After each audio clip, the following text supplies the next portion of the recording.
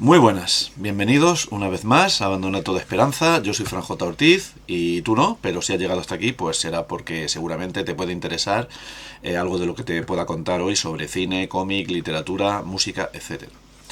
Un viernes más, una columna más y hoy dedicada al manga. Lo he comentado alguna vez, no soy un lector habitual de manga. La mayoría del manga que se edita no me llama la atención. Sé que se basa muchas veces en prejuicios, pero claro, si tuviéramos todo el dinero del mundo y sobre todo el tiempo del mundo, pues yo le daría una oportunidad a todo y probaría a leerlo todo. Seguro que me pierdo obras estupendas, pero claro, el dinero es limitado y el tiempo es muy limitado. Así que pues tengo que ceñirme a títulos que me interesan particularmente, ya sea porque el autor lo he leído antes y lo sigo, por la temática o basándome en recomendaciones de amigos o de divulgadores a los que sigo y con los que suelo coincidir. Pero como digo, pues debido a estos motivos, de vez en cuando sí que cato algunos títulos del manga que se edita en España. Y la columna de hoy voy a recomendar cuatro mangas más o menos recientes, editados yo creo que todos, si no me equivoco, este año. Bueno, hay uno que no, pero se ha publicado una segunda edición y todos se pueden encontrar muy fácilmente. La columna ya la podéis leer, la enlazaré en el texto inferior al vídeo, pero si preferís el vídeo y no la lectura de la columna, pues aquí van. Vamos a empezar por nada menos que por el maestro del manga. Ya digo, pues eso, que hay títulos y hay autores, pues que aunque sean manga, hasta los profanos del medio conocemos. Uno, si hablamos de manga, obviamente el autor más importante es Osamu Tezuka, conocido como el padre del manga. Nada más y nada menos. Planeta Comic está sacando la biblioteca Osamu Tezuka con este diseño que veis aquí, ¿vale? El diseño siempre es el mismo, cambia el color, ¿vale? Según el título. Y este es el penúltimo título, si no me equivoco, que han editado en la biblioteca dedicada a Tezuka. El último es Dororo, pero yo he leído el previo, que es este Neofausto. ¿Qué es Neofausto? Es una adaptación, o más bien una inspiración, ¿vale? Como adaptación es muy libre, del Fausto de Goethe, uno de los autores y títulos fundamentales del romanticismo alemán, la historia conocida por todos de sobra del anciano sabio que viendo ya la muerte cercana piensa que por mucho que haya leído y conocido no ha llegado a saber todo lo que quisiera y hace un pacto con el diablo, con Satán, para que le permita seguir viviendo, le permita rejuvenecer y a cambio pues obviamente pues le tiene que dar su alma, claro.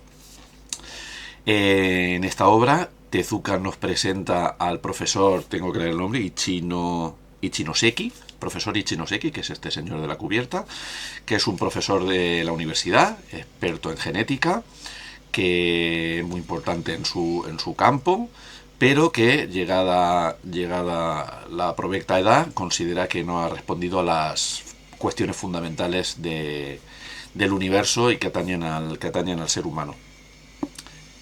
Se le aparece Mefisto en forma de bella mujer, joven, y pues le propone precisamente eso, recuperar su juventud para tener tiempo para continuar con sus investigaciones a cambio de su alma. Todo esto en un momento en que el profesor estaba decidido a suicidarse porque sabía que el tiempo que le quedaba no era suficiente para cumplir su misión. Y nada, él accede y lo que le ocurre es que sí, rejuvenece, pero rejuvenece en una versión joven que no recuerda quién fue o quién será. A partir de ahí se suceden un montón de acontecimientos que no voy a contar. Lo más interesante de la obra es que mezcla elementos, por momentos es dramática, por momentos es cómica, a veces parece policíaca, tiene apuntes suavemente eróticos y bueno, con el estilo particular de ir muy reconocible de Tezuka, que ha sido imitado hasta la saciedad en el ámbito del manga, sobre todo del manga clásico, en el momento en el que Tezuka estaba vivo y producía, estaba vivo y en activo.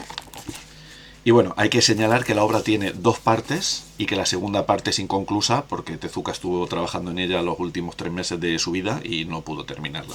De hecho, las últimas páginas, las 4 últimas 5 páginas de la obra son así, ¿vale? de manera muy parecida al álbum que se ha editado hace no muchos de Ibáñez, de Mortadelo y Filemón, ¿vale? Que estaba sin terminar, pero esto afecta solo a la segunda parte, es decir, el grueso de la obra en la primera parte, que sí que tiene su final. Lo que pasa es que la segunda parte es como una secuela, años después, lo que continuarían los personajes.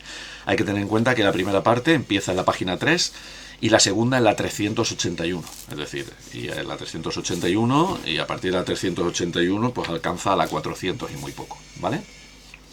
Y nada, una obra súper interesante. Como digo, lo mejor que tiene es esa mezcla de géneros, muy sorprendente y que funciona muy bien. Es decir, el lector no se pierde en ningún momento y no hay un choque entre la comedia, el drama. Es decir, es una lectura bastante equilibrada. Está muy bien y bueno, no hace falta haber leído el Fausto de Goethe. Yo estoy en ello, por cierto, por una razón que no voy a contaros ahora y que contaré cuando pueda. Y Neofausto, pues también la lectura se ha debido un poco a eso y me parece súper recomendable. Neofausto de Osamu Tezuka, editado, ya lo he dicho, por Planeta Cómic.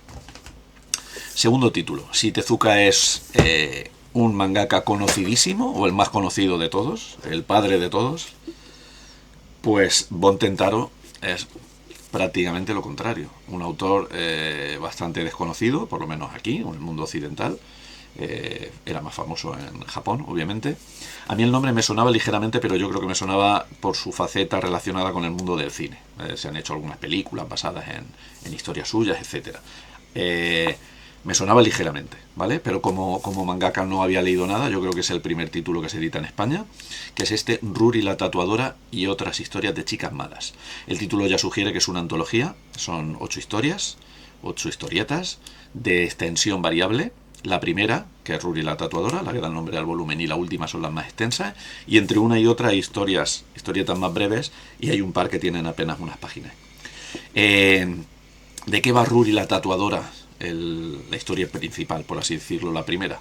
Pues es una historia de yakuzas, protagonizada por Ruri, que no es esta chica de aquí, por cierto.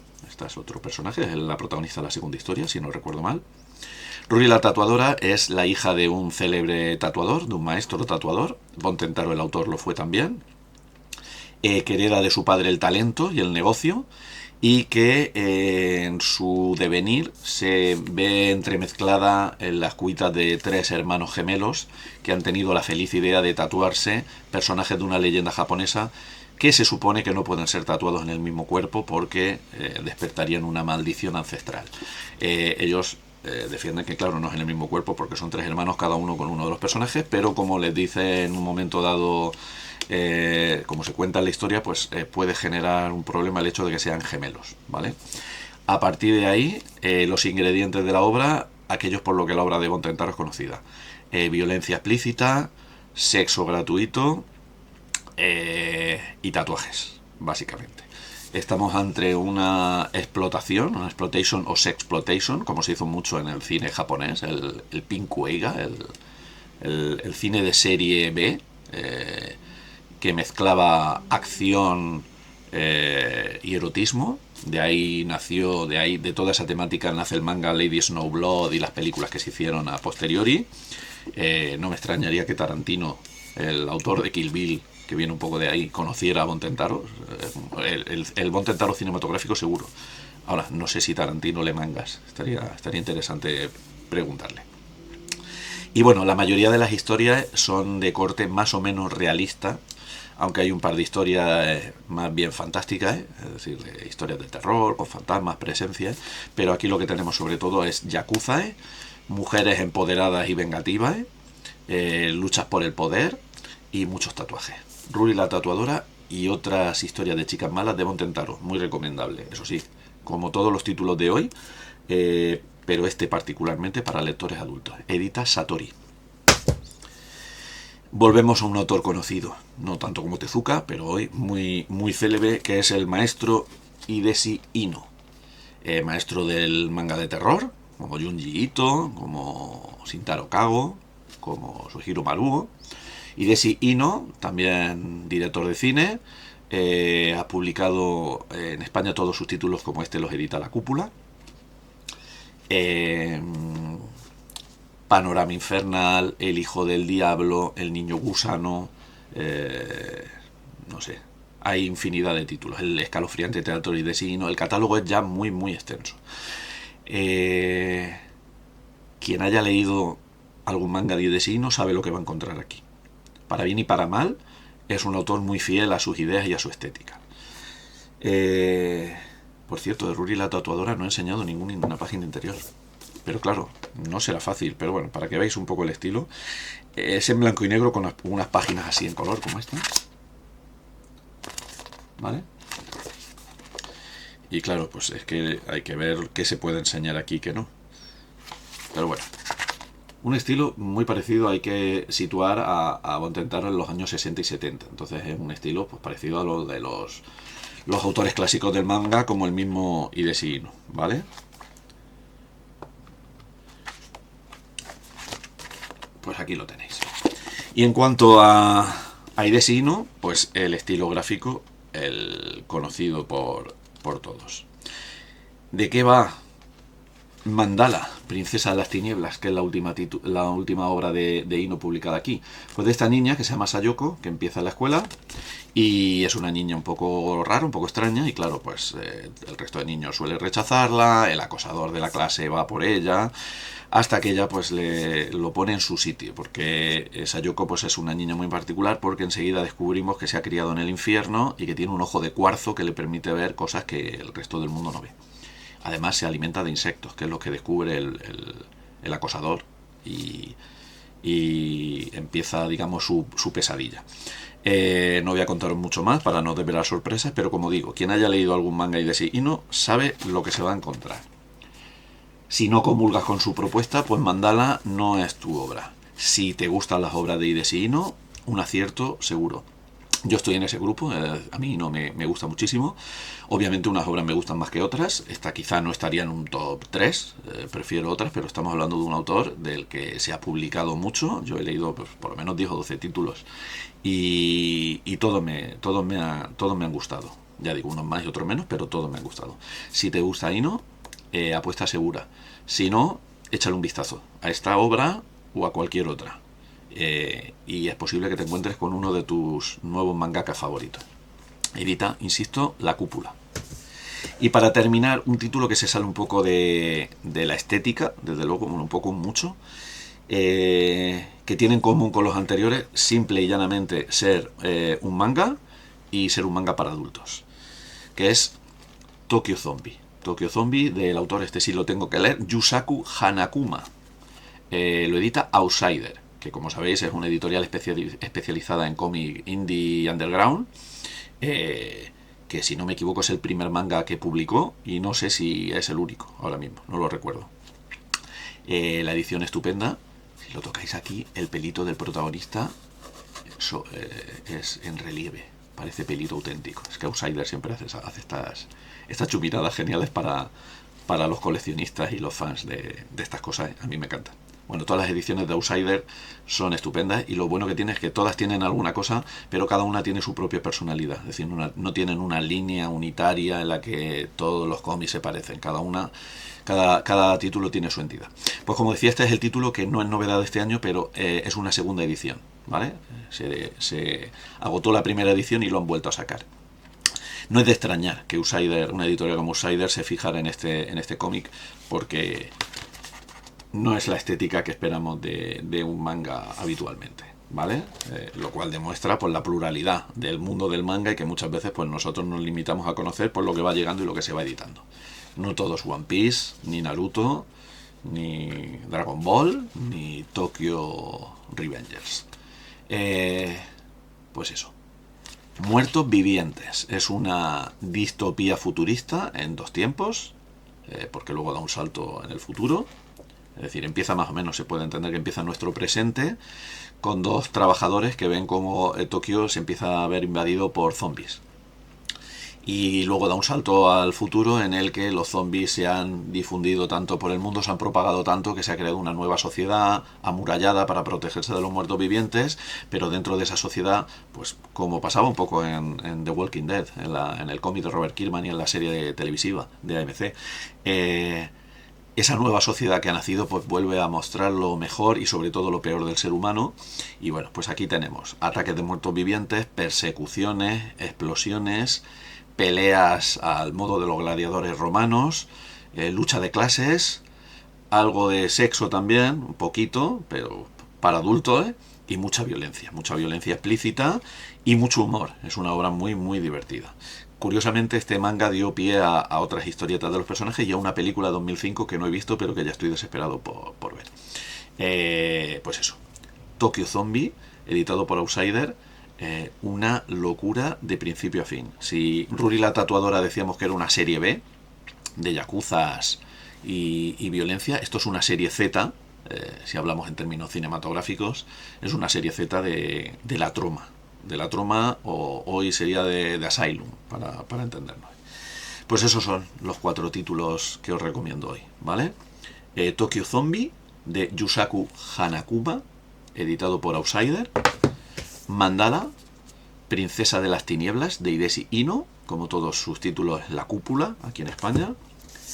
Un gran hallazgo, insisto, Ruri la tatuadora y otras historias de chicas malas, de Bon Tentaro, editado por Satori, que es una editorial especializada no en cómics, sino en cultura japonesa, es decir, edita manga y edita también narrativa, cuento, ensayo japonés. Y finalmente, Last but not least, es decir, en último lugar, pero no menos importante, el maestro Osamu Tezuka, con Neo Fausto, editado como todos sus títulos de su biblioteca, por Planeta Cómic. 4 títulos súper interesantes que demuestran, como digo, la pluralidad del manga y a los que vale la pena acercarse. Ya digo, si eres un lector adulto y estás abierto a no quedarte en lo habitual del manga, es decir, lo contrario que tendría que hacer yo, que solo leo mangas así que se salen un poco de lo normal, que son o un poco underground o son clásicos, y sé que me estoy perdiendo cosas estupendas. Si se os ocurre algún manga que creéis que tengo que leer sí o sí, pues ya sabéis, por favor, en los comentarios del vídeo me lo ponéis y prometo echarles un vistazo y haceros caso. Porque, como digo siempre, aquí venimos a 2 caminos que son complementarios, que es a enseñar y a aprender. A mí me gusta enseñar, que por eso soy profesor, pero me gusta mucho aprender y descubrir nuevas cosas. Entonces lo que más me gusta es, tanto en mis columnas como en mis intervenciones públicas, como en este canal, que es muy chiquitito de momento, pues que haya interacción. Es decir, que me digáis, oye, pues Neo Fausto me ha encantado, o no me ha gustado, o prefiero otros títulos del autor, pero yo te recomendaría este autor, este mangaka, esta serie. Y lo mismo pues con cine, libros, música, exposiciones, cuadros, artistas, lo que queráis. Por cierto, de arte, igual seguramente de arte y de un país en concreto hablaremos en la columna de la semana que viene, si la actualidad no le da un vuelco al asunto y tenemos que hablar de otra cosa. Y eso es todo, eso es el contenido de esta columna y de este vídeo, y ya sabéis, nos seguimos viendo, leyendo, y muchas gracias por estar ahí. Hasta pronto.